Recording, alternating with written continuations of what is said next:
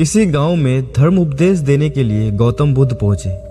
गांव के लोग अपनी अपनी समस्याएं लेकर उनके पास जाते और उनसे समाधान प्राप्त करके नई ऊर्जा के साथ वापस लौटते। गांव के बाहर एक गरीब व्यक्ति राह में बैठा बुद्ध के पास आते जाते लोगों को निहारता रहता। उसने देखा लोग दुखी चेहरा लिए भगवान गौतम बुद्ध के शिविर में जाते और नई ऊर्जा के साथ चेहरे पर खुशी लिए वापस लौटते। गरीब व्यक्ति ने सोचा क्यों न मैं भी भगवान के पास अपनी समस्या लेकर जाऊं। यह सोचकर वह भी शिविर की ओर चल देता है। शिविर में एक एक करके हर एक व्यक्ति को प्रवेश मिलता था, इसलिए वह भी अपनी बारी का प्रतीक्षा करने लगा। जो कुछ उसने रास्ते में देखा अब यहाँ उसे साक्षात देखने को मिल रहा था। लोग एक एक करके अपनी समस्याएं बता रहे थे और भगवान बुद्ध चुपचाप शांति से सबकी समस्याएं सुनते और जवाब देते। उसकी भी बारी आई। उसने भगवान बुद्ध को प्रणाम किया और बोला, भगवान मैं ही गरीब क्यों? भगवान बुद्ध मुस्कुराए और बोले, तुमने कभी किसी को कुछ दिया ही नहीं, इसीलिए गरीब हो।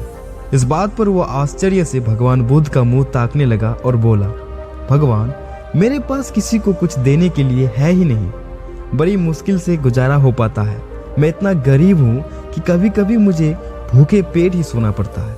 भगवान बुद्ध शांत भाव से बोले, तुम्हारे पास एक चेहरा है, किसी को भी मुस्कुराहट दे सकते हो। तुम्हारे पास मुंह है, किसी को भी प्रशंसा भरे कुछ शब्द दे सकते हो।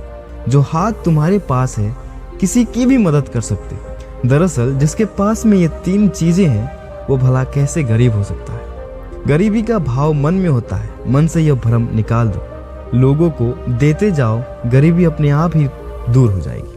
यह बातें सुनकर उस गरीब का चेहरा दमक उठा। उसे अपने प्रश्न का उत्तर मिल चुका था। अब उसके मन से गरीबी का भाव दूर हो चुका था।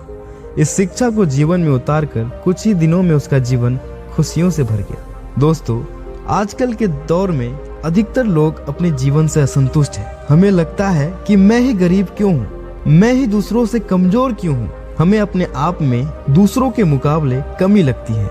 हम इसका दोष भगवान को देते हैं, उन्हें अपनी स्थिति का कारण ठहराते हैं।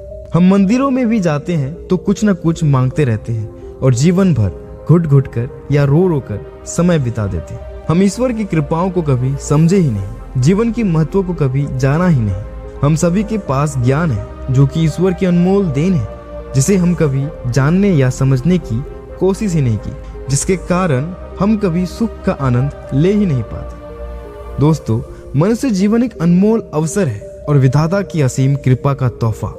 हमारा सर्वप्रथम यह कर्तव्य होता है कि हम उस परम परमेश्वर की इनायतों को समझें, ईश्वर की कृपा को जानने की कोशिश करें।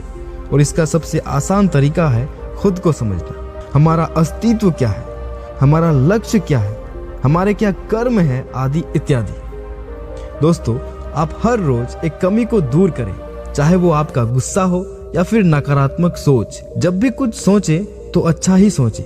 यदि कुछ करने का सोचे हैं तो तब तक उसके पीछे लगे रहें जब तक वो काम हो न जाए।